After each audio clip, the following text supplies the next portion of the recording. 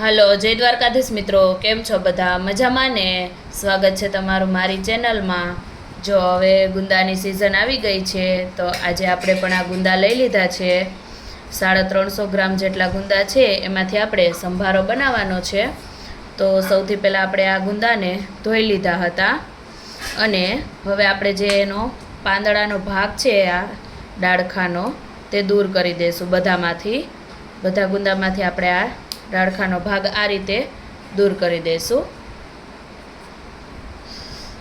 હવે આપણે બધા ગુંદાના આ રીતે જે ડાળખાનો ભાગ હતો તે દૂર કરી દીધો છે. હવે આપણે ગુંદામાં મીઠું ભરીને નથી રાખવાના. આજે આપણે એકદમ એક નવી ટ્રીક સાથે જ ગુંદાનો સંભારો બનાવશું. તો તમે વિડીયોમાં છેલ્લે સુધી બન્યા રહેજો. અને જો આ રીતે તમે પણ સંભારો બનાવશો તો જરા પણ ચીકણો નહીં રહે. તો સૌથી પહેલાં આપણે જે આ ગુંદા છે તેને આ રીતે ભાંગી લેશું અને એમાંથી જે ઠળિયાનો ભાગ છે તેને દૂર કરી લેશું.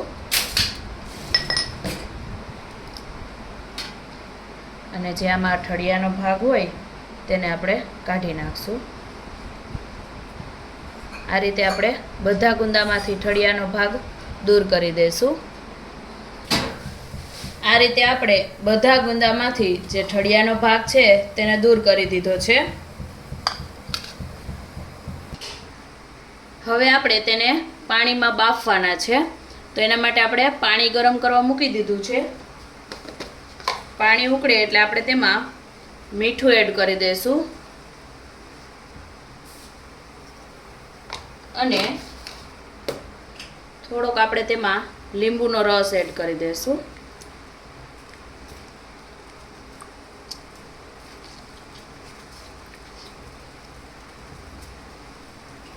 અને ત્યાર પછી આપણે જે ગુંદાના ઠળિયાનો ભાગ કાઢીને રાખ્યા છે તેને એડ કરી દઈશું. આ રીતે મીઠું અને લીંબુ એડ કરીને ગુંદાને બાફવાથી તેમાં જે ચીકાશ છે તે એકદમ દૂર થઈ જશે.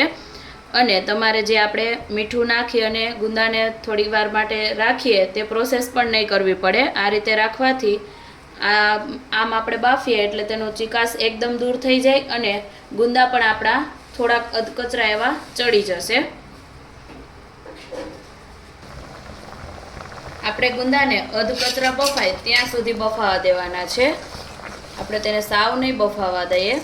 થોડાક 70-80% સુધી બફાય ત્યાં સુધી એને બફાવા દેશું. બાકી જો આપણે તેને એકદમ કૂક થવા દેશું તો પછી આપણે જ્યારે તેનો વઘાર કરશું તો તે તૂટી જશે, આખા નહીં રહે. એટલે આપણે તેને 70-80% જેવા બફાવા દેશું. અને ઉપર જો આ જે વ્હાઈટ સાર જેવો ભાગ નીકળે છે તે આપણા બધા ગુંદામાંથી જે ચીકાશનો ભાગ છે તે દૂર થઈ જશે. હવે આપણે ચેક કરી લઈએ.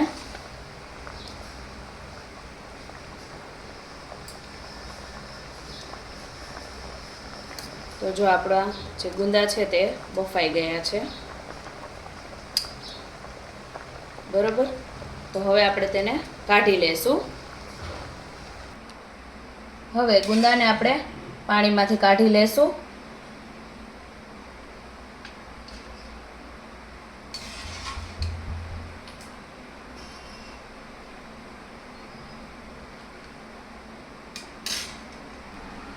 તો બધા ગુંદાને આપણે આ રીતે પ્લેટમાં કાઢી લીધા છે.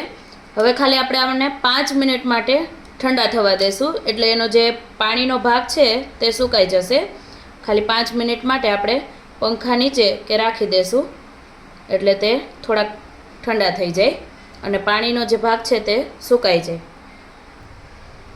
હવે વઘાર કરવા માટે આપણે એક કડાઈમાં 2 ચમચા જેટલું તેલ ગરમ કરવા મૂકી દીધું છે.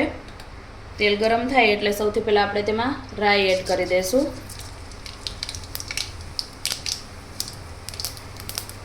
રાઈ ફૂટી જાય એટલે હિંગ એડ કરી દઈશું અને ત્યાર પછી આપણે તેમાં હળદર એડ કરી દઈશું અને જે આપણા ગુંદા આપણે બાફીને રાખ્યા છે તેને એડ કરી દઈશું.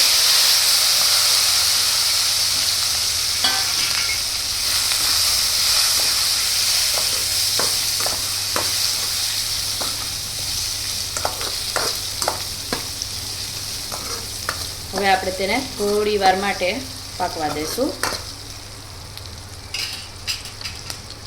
અને થોડુંક આપણે તેમાં મીઠું એડ કરી દઈશું. મીઠું આપણે ઓછું નાખશું, આપણે બાફવામાં નાખ્યું છે એટલે.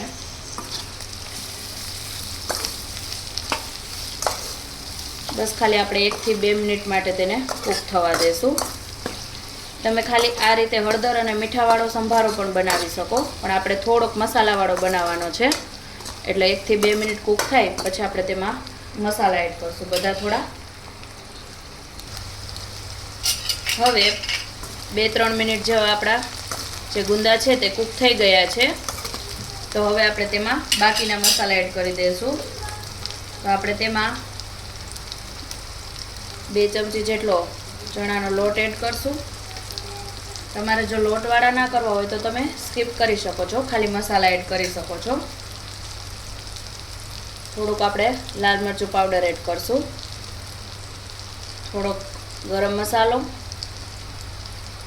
થોડુંક ધાણા જીરું પાવડર અને ત્યાર પછી આપણે તેમાં થોડોક ગોળ એડ કરી દઈશું. થોડોક આપણે તેમાં ગોળ એડ કરી દઈશું અને થોડુંક લીંબુનો રસ એડ કરી દઈશું. હવે આ બધા મસાલાને આપણે મિક્સ કરી લેશું.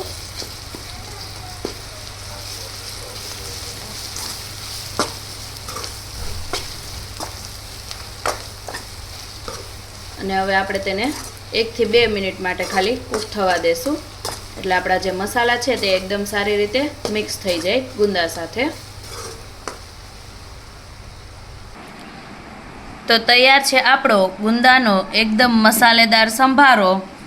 તો આ રીતે તમે પણ જરૂરથી એકવાર ટ્રાય કરજો. જરા પણ ગુંદા ચીકણા નહીં રહે અને ખૂબ જ ટેસ્ટી એવો સંભારો બની અને તૈયાર થશે. જો રેસીપી ગમી હોય તો વિડીયોને લાઇક, શેર અને સબસ્ક્રાઈબ કરવાનું ના ભૂલતા. અને આવા અવનવા બીજા ગુજરાતી વાનગીઓના વિડીયો જોવા માટે એકવાર અમારી ચેનલની અવશ્ય મુલાકાત લેજો.